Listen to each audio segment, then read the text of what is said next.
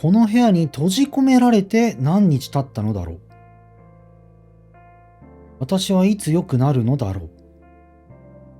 答えなど得られようもない無意な問いが私の脳裏に浮かんでは消える。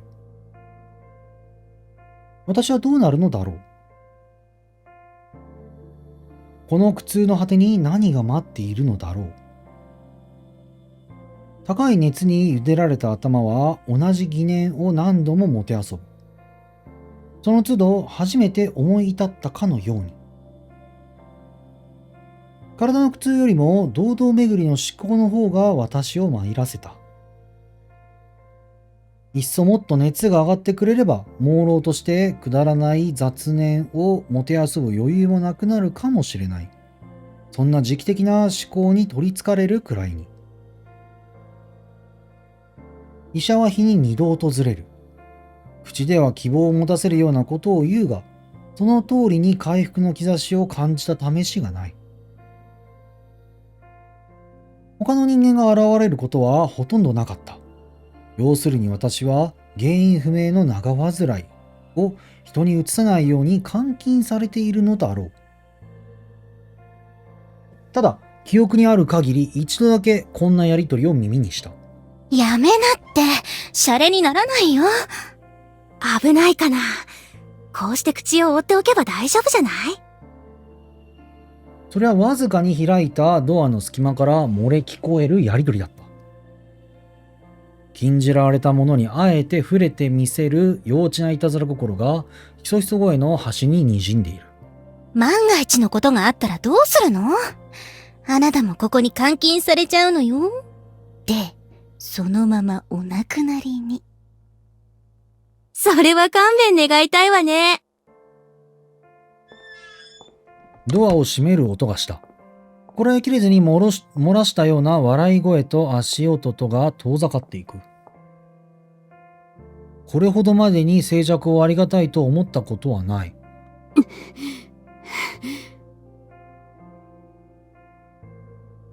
腹立たしい気持ちはあるけれど、こんなにも弱った姿を彼女らに見られなくてよかったという気持ちの方が大きかった。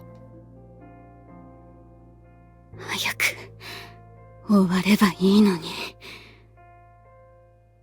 私の望みを叶えるように、その日の夜から再び熱が上がった。それまでの虚しい問いかけとは異なる有益な疑念が湧いたのは、要するに熱のおかげだったのかもしれない。私は一体何をしているの？ベッドの上でずっと寝ているなんて、そんな無駄な時間の使い方をするだなんて。そういう不心得者だから悪しき種につけ込まれる羽目になったのよ。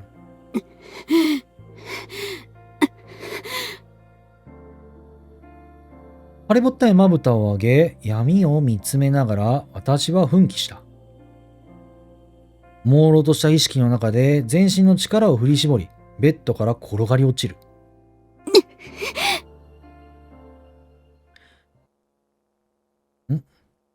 不明を押し殺しながら汗まみれの寝巻きを脱ぎ捨てる。制服に身を包み、崩れ落ちそうな体を何とか制御して、霊さんの姿勢をとる。とこしえの乙女よ。万物の母よ。喉には見えない手に絞られたかのようだ。ヒューヒューと細かく行き来する呼吸をすべて霊さんの言葉へと変える。その英知を恵みに変え、我らの苗床を守りたまえ。後悔が胸を刺す。何よりも大切な心得だと教えられたのに、今日私は病を理由に怠ろうとしていた。故郷を離れ文化の入り混じる施設で暮らしたせいで、根本的な教えを見失ってしまったのだろうか。種まけど悪しき種を芽吹かせること。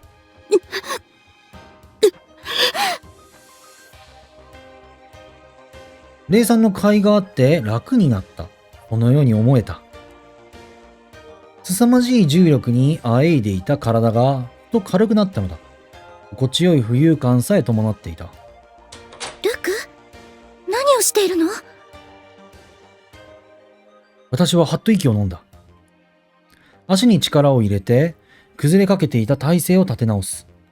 病が去ったのではなく、めまいを覚えて倒れかけるところだったらしい。なんて弱い。なんて不甲斐ない。その時私はいつの間にか自分の上に降る影の存在に気づいた。誰かがこの場に現れて私を覗き込んでいるのだ。そう意識した瞬間、体の悪寒に勝る寒気が駆け抜けた。お母さん。私は思わず呼びかけてしまう。無駄な言葉を口にするくらいなら、霊山騎士の続きをそらんじるべきなのに。ごめんなさい。ごめんなさい。鞭が振り下ろされる瞬間、とっさに自分の身をかばって突き出てしまう腕のように、無様な声は止まらない。どうして謝るの？優しい声は私を脅かした。母が物柔らかな口調を選ぶのは、大抵私を試そうとしている時だ。今だけは許されていると誤った解釈をして、何度その甘えを立たされたことか。ましてや今の私の中には、こんなにもあからさまに悪徳が芽吹いてしまっている。許されるわけがない。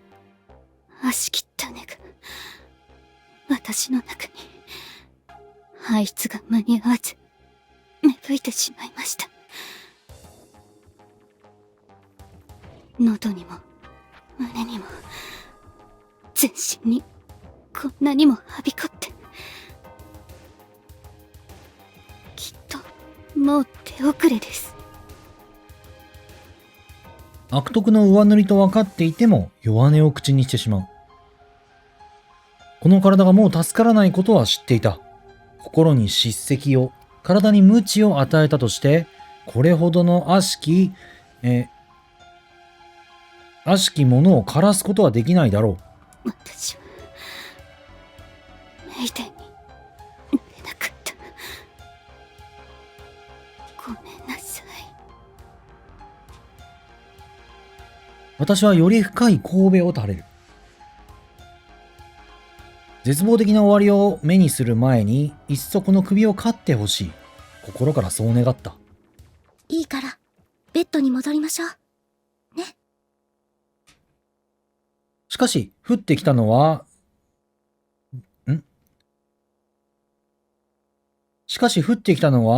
自由のようにどこまでも柔らかな声だった。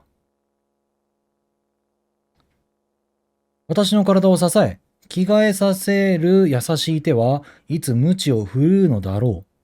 ベッドに戻るよう促す温かい声はいつ吹雪のような糾弾に変わるのだろう。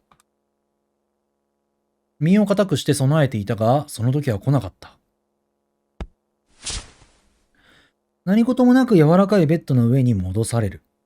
私自身のぬくもりの残る毛布が冷え切った体を覆うと、自然に深い吐息が漏れた。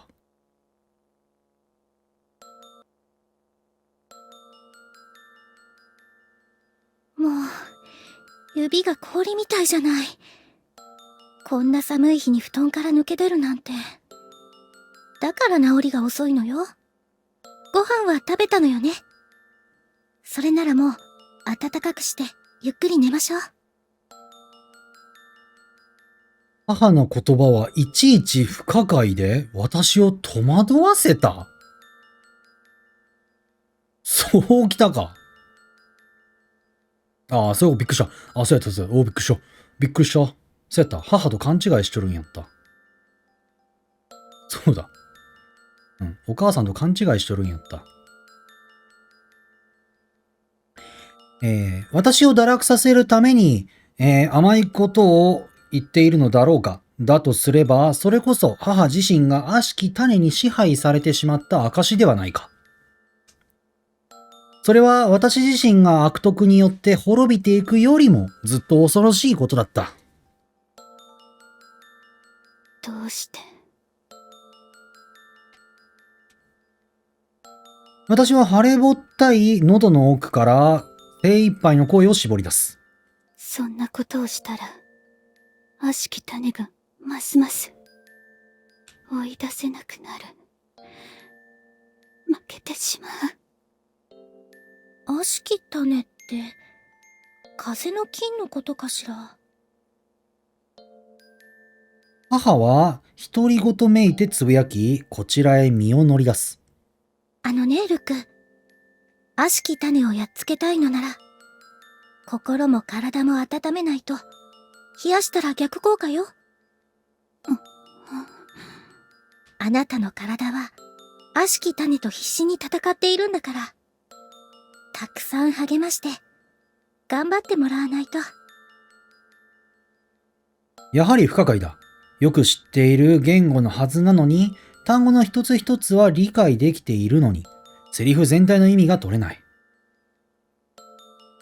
ただ一つわかるのは、声も琴の葉も気配も体温も、かつて感じたことがないほどに暖かいということだ。その暖かさのせいで体の芯から暖かくなっていく気がする。いけない。朦朧とした頭の奥で警鐘が鳴り響く。隙を作ってはいけない。気を緩めてはならない。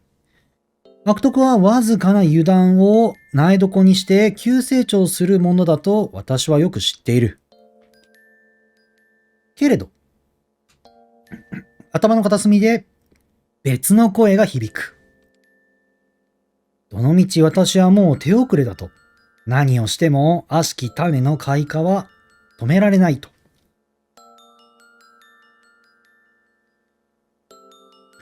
自らの決定的な不徳を認めたばかりだ。今更身構えたところで意味はない。最後まで抗おうが折れて受け入れようが結果は同じだ。それなら大丈夫よ。あなたが負けるはずがない。だから自分のことを信じてあげて、ゆっくり眠りましょう。怖い夢を見ないように。楽しいことだけを考えて。屈してしまってもいいのかもしれない。この甘い囁きの示す通りに心の防備を解いて温かさを受け入れて安らかな眠りに沈んでしまっても、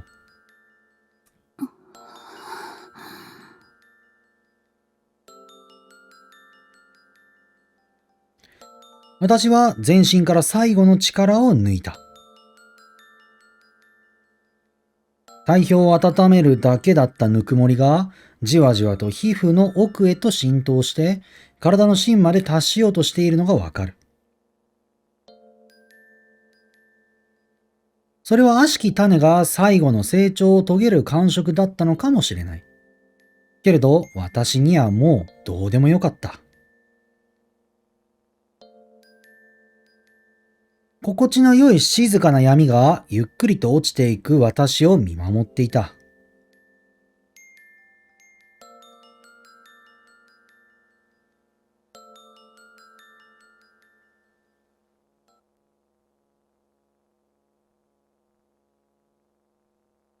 今のは。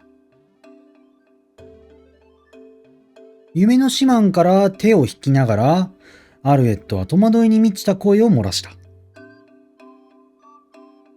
今しがた見た夢を反芻し、意味を取りかねてもどかしげに眉を潜める。誰かが頭の中に入ったかのような感触だった。ただ、アルエットはあの状況を俯瞰して見たことがある。夢の主に母とされていた人物が誰かをよく知っている。雲をつかもうとしているみたいな顔ね。夢に理屈があるとでも？うまく言えないけど、私、何か大事なことを忘れてる。人は忘れるものよ。忘れたいことを忘れられずに、忘れたくないことを忘れてしまう。そういう生き物。人の頭の中から決して消えない情報なんてないわ。何一つね。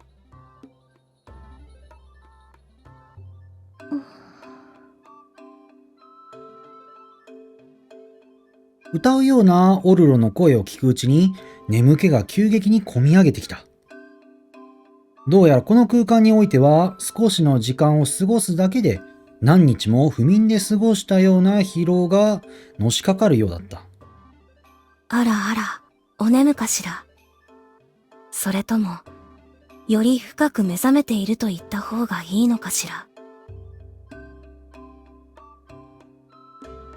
ほとんど闇に沈んだアルエットの耳にまるで調子の変わらないオルロの声が響く。ああ、そうね。どうせ忘れるのでしょうけど、これだけは覚えておいて。あなたに、に関する権限を、時事的に。だから、もしまた、あのクレマチスの乙女に出会ったら、その時は。よく聞こえない。もう一度。そう聞き返す余力はなかった。引きずり込まれるようにして眠りの闇に沈んでいく。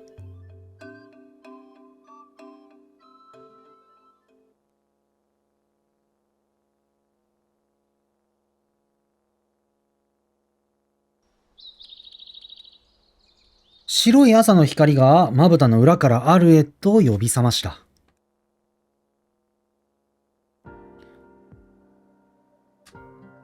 ベッドの中に身横たえたままアルエットは物思いにふける。眠りが浅かったのだろうか、いくつもの夢を渡り歩いた気がする。その中でもはっきり残っているのは夜の学園にさまよい出た記憶だった。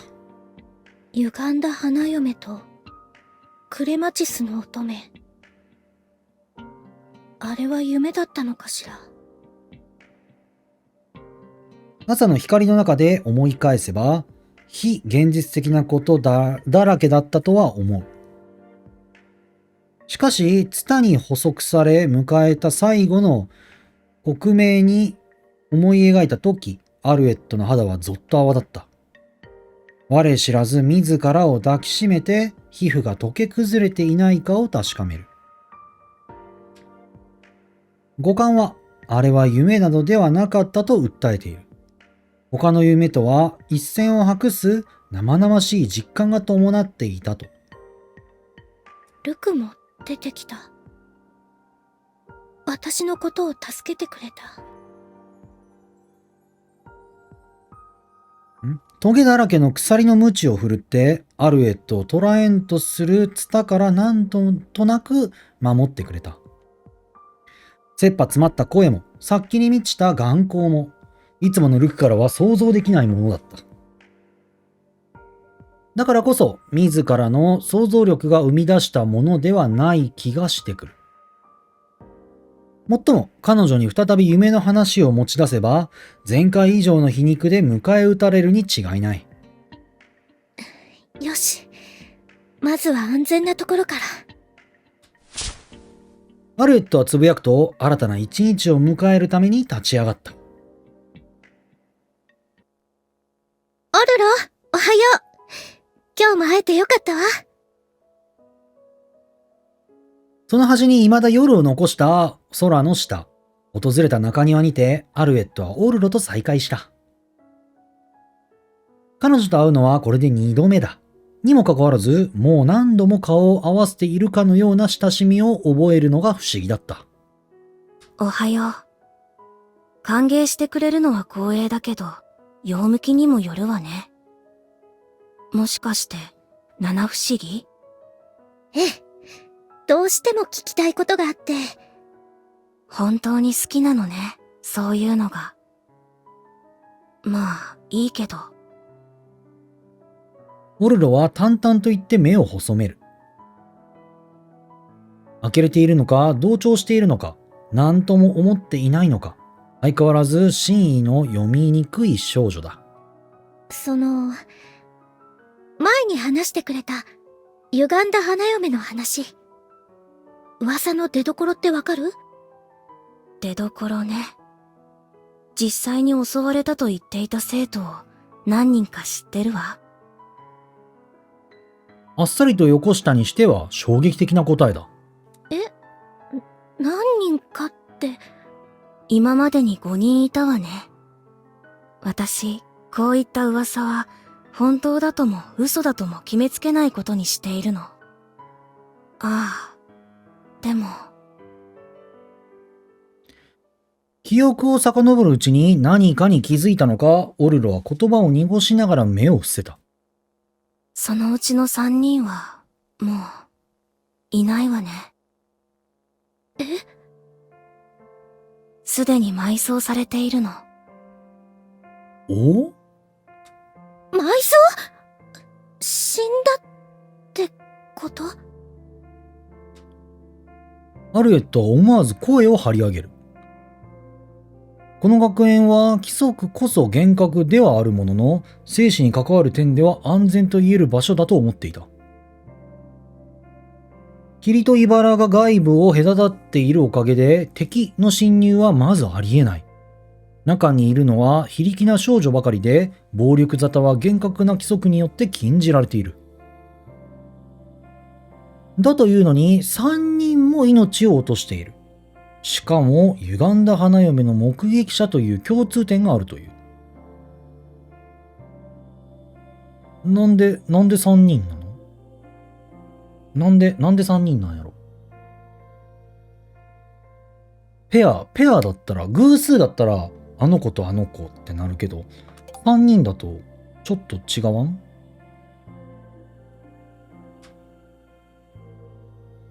アルエットの驚愕と恐怖は無理からぬものだったが、オルロはたしなめるような眼差しでじっと見つめてきた。アルエット、ダメよ。その言い方は。実際はそういうことでも、そんな語彙を選んではいけないわ。どういうこと？ああ、あなた、まだ説明を受けていないのね。無理もないけど。オルロは探索して未だアルエットは把握していない重大な何かの存在を匂わせる。それは何なのかと問う前に、オルロはいよいよ光量を増す空に目をやった。ごめんなさい。そろそろ行かないと。私、今日の朝食の担当なの。そう言われてしまっては引き止めるわけにもいかない。オルロはもどかしげなアルエットの視線を引き剥がすように身を翻して食堂の方へと去っていった。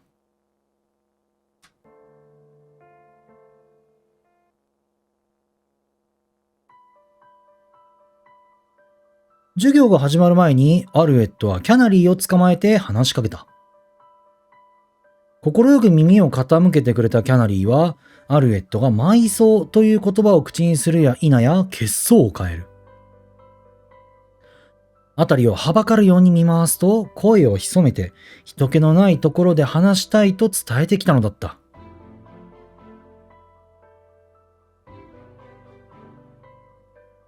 打ち上げ話の舞台としてキャナリーが選んだのは北の森だった。実は、いつ話そうか迷っていたの。風はほとんどなく、あたりはいつも以上に静観としている。それでもキャナリーは人目を気にするようにあたりを見回し、ためらいがちに口を開いた。入学したばかりの時は、あなたが怖がってしまうんじゃないかと思って、私もこのことについて話すのが怖くて、どう説明したらいいのか悩んでしまって、そのままずるずると。ごめんなさい。キャナリーはそう詫びた後、ただでさえ儚げな印象の頬を雪のように白くして、埋葬の説明に移った。ポツポツと歯切れの悪い口調は、彼女にとって気が重たい話題であるという以上に、そもそも説明が難しい事象らしい。自称らしい。時には言葉を濁し、時には言いよどみながら懸命に伝えてくれたことをまとめると、ウェーラリウムにおける埋葬は本来の意味合い通り死者を葬ることではあるが、中でも死因に限る言い回しなのだという。曰く、ある重罪を犯した生徒は必ず破滅して命を失うことになる。その生徒の亡骸を全校生徒立ち会いのもとに葬る礼儀のことを埋葬と呼ぶそうだ。キャナリーが口にした概略はアルエットを戸惑わせた。重罪って具体的には？具体的には、私もよく知らないの。ただ、埋葬に値する罪を犯した場合、見た目に現れるわ。見た目？その、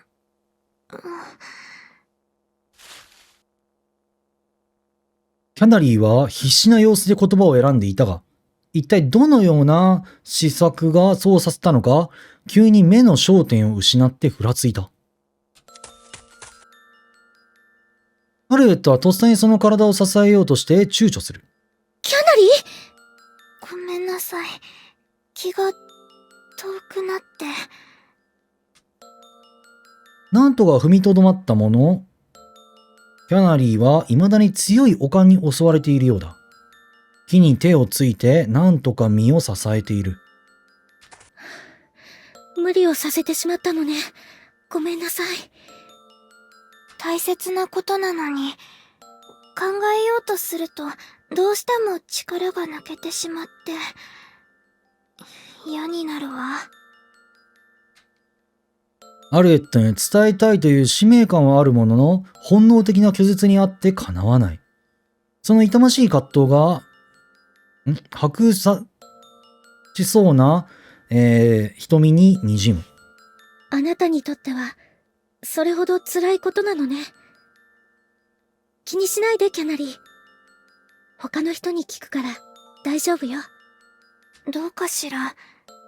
私だけじゃなくて、みんなにとっても、きっと、触れたくないことだと思うから。自分が説明責任を果たしていないせいで、他の人間が嫌な思いをするのではないか。実にキャナリーらしい気の回し方だ。それなら。アドラー先生ならどうかしらと提案しかけて、アルエットは言葉を切る。教諭なら恐怖や険悪に負けず、職務として教えてくれるのではないかと思ったが、キャナリーが責任を果たせずにいるということを責められるリスクがある。そう思い立って結論を変えた。あなたが話せるようになるまで待つわ。急を要するようなものじゃないでしょ。そもそも罪を犯さずに生活していたら無縁でいられる話だ。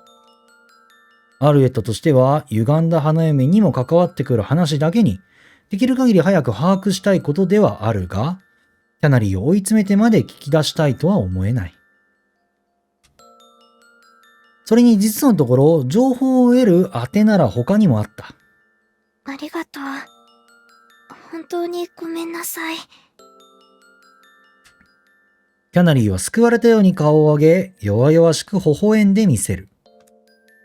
しかしそのあやかな微笑みもすぐに消えてしまった。もしかしたら、私が教えるよりも前に。え？なんでもないわ。